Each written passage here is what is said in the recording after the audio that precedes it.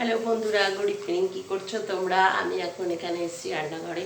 সন্ধে হয়ে গেছে, এখন একটু চা করবো। প্রচণ্ড মাথা ধরেছে, মাথা প্রচণ্ড ঝ্যামঝ্যাম করছে, তাই এখন আমি একটু ভালো করে চা করছি। এখন দুবার চা হবে, একবার লিকার হবে আর একবার হবে দুধ চা।